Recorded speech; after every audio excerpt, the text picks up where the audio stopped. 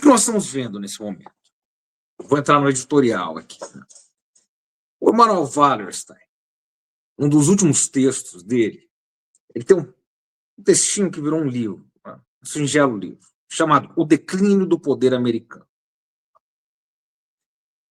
Nesse livro, ele vai comparar os Estados Unidos, a partir que ele chama de declínio acelerado, ele vai comparar os Estados Unidos a um tigre acuado.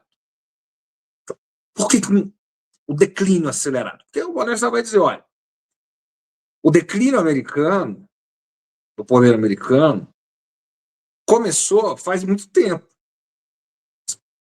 Então, precisamos entender isso de uma maneira estrutural. Isso começou lá no final dos anos 60, nos anos 70, na crise dos anos 70. Um declínio lento. Declínio lento.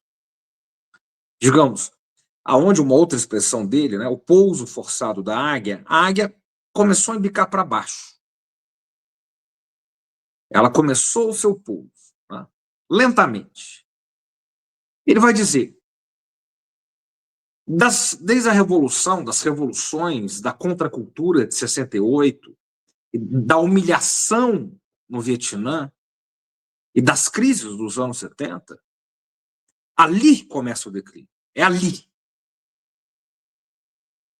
O auge veio nos anos dourados, os 30 anos posteriores à Segunda Guerra Mundial, os 30 anos dourados, que o Hobsbawm chama de dourados, gloriosos do capitalismo,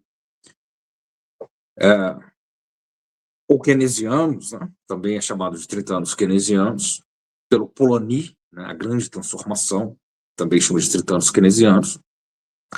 Ele vai dizer o seguinte, a partir dali começa o declínio lento. Então ele vai sintetizar da seguinte maneira, de Nixon até Clinton foi o declínio lento do poder americano. A águia pousando lentamente.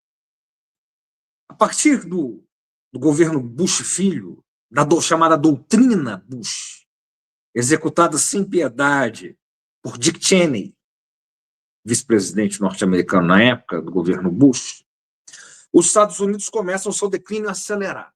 Ele está escrevendo nesse momento ainda. Então veja, ele não viu esse mundo que nós estamos vendo agora. Ele faleceu faz um pouco tempo. Ele não viu faz alguns anos. Ele não viu isso que nós estamos vendo agora. Essa ascensão da China, a volta de Trump, tá certo? Mas lá atrás, ele percebia isso. Ele falou, alguma coisa tá... As coisas vão mal aqui, elas estão ruindo. E elas estão ruindo aceleradamente. Então, em um determinado momento, ele vai dizer o seguinte, os Estados Unidos, ele vai concluir dessa maneira, os Estados Unidos são, nesse período de declínio acelerado do poder americano, no sistema mundo, no sistema mundial moderno, os Estados Unidos são cada vez mais parecidos com um tigre encurralado. O tigre encurralado é um animal com poder extraordinário, não se engane. Tá? E os Estados Unidos são, e continuam sendo, inclusive e mesmo no período de declínio acelerado, uma superpotência militar incontrastável. 750 bases militares no sistema mundo, em 130 países, certo? Em acordos militares com 130 países. Certo? Ninguém tem nem sombra disso. Nem sombra. Nem sombra. Eles têm, tá certo, posições geoestratégicas em todo o sistema internacional. Então, é um tigre encurralado. Mas à medida que eles vão perdendo a sua relevância no mundo, sua relevância política, o seu soft power, né, como diria Joseph Nye, e que o Wallerstein está dizendo, lá atrás, no governo Bush, não era Trump ainda, certo? No governo Bush, na doutrina Bush, ele está dizendo, foi mais corroído mais rápido durante a doutrina Bush, a liderança americana, o soft power americano, do que as reservas de ouro foram corroídas durante a Guerra do Vietnã, lá nos anos 70. Então, à medida que vai acabando a liderança política, vai se esgotando a liderança benigna que eles construíram nos 30 anos dourados, né? Uma imagem, tá certo? Os portadores da democracia, os portadores dos direitos humanos, né? Que eles construíram essa imagem, né? Que nós sabemos que está certo. Para quem? Cara pálida. Né? À medida que isso vai acabando, eles vão ficando cada vez mais acuados. Tá? E à medida que outros vão ascendendo, que é o que nós estamos vendo agora, com a ascensão da China, né? Eles se sentem mais ameaçados. Então, o tigre, quando ele está encurralado, ele tem muita força física, né? Claro.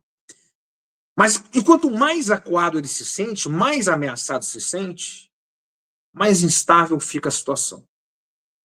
Porque ele pode atacar qualquer um a qualquer momento.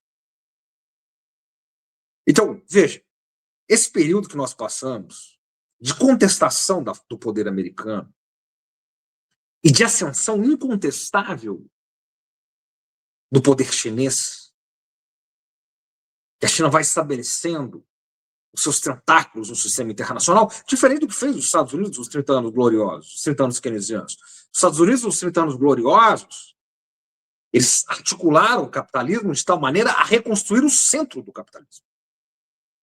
Eles reconstruíram a Europa.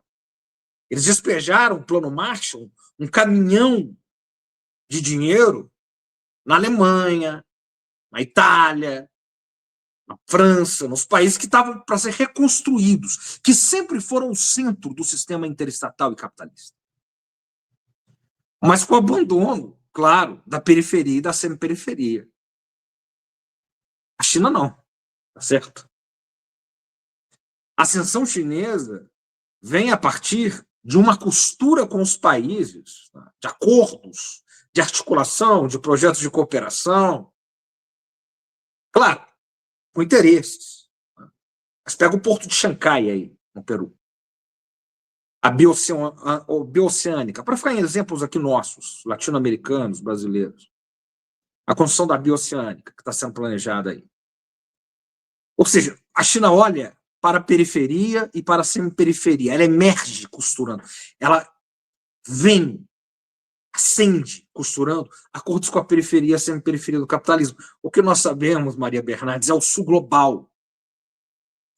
Não é o centro, é o sul global, não é o norte global. Há uma diferença crassa entre, digamos, uma hegemonia americana que aconteceu um dia, naqueles 30 anos dourados, ali foi hegemonia, depois foi só poder absoluto dos Estados Unidos, e o que pode vir a ser um dia uma hegemonia chinesa.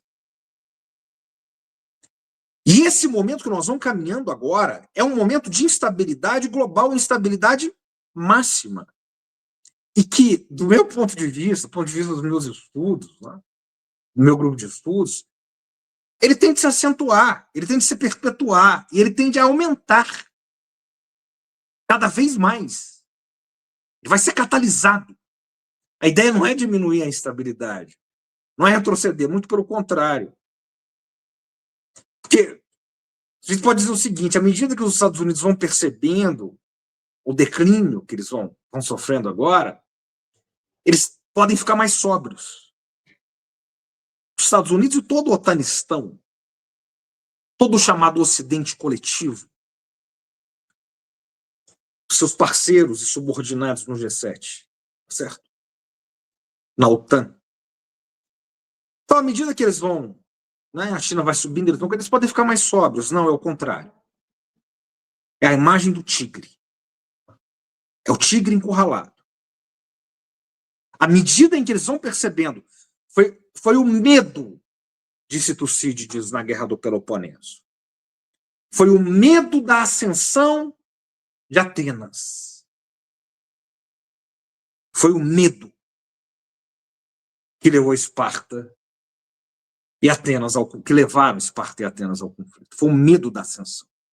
Então, à medida que a ascensão chinesa ela se torna, como diria Elias de Abor, a China é inevitável, nosso amigo aqui do Moinho, o Elias, a China é inevitável, e os Estados Unidos vão sofrendo por fora, no plano internacional, vendo os seus parceiros cada vez mais distantes pelas suas próprias políticas, pela política internacional americana, e a China articulando acordos cada vez mais próximos, e internamente eles vão derretendo e eclodindo cada vez mais nas suas crises sociais internas, que é o que nós estamos assistindo agora.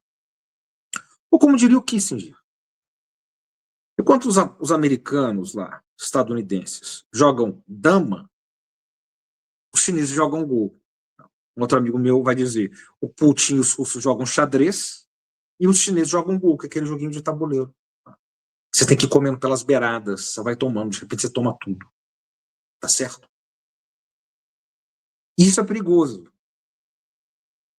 Porque, pautados na ideia do destino manifesto, da nação escolhida, do excepcionalismo, da excepcionalidade, da nação escolhida pelos céus,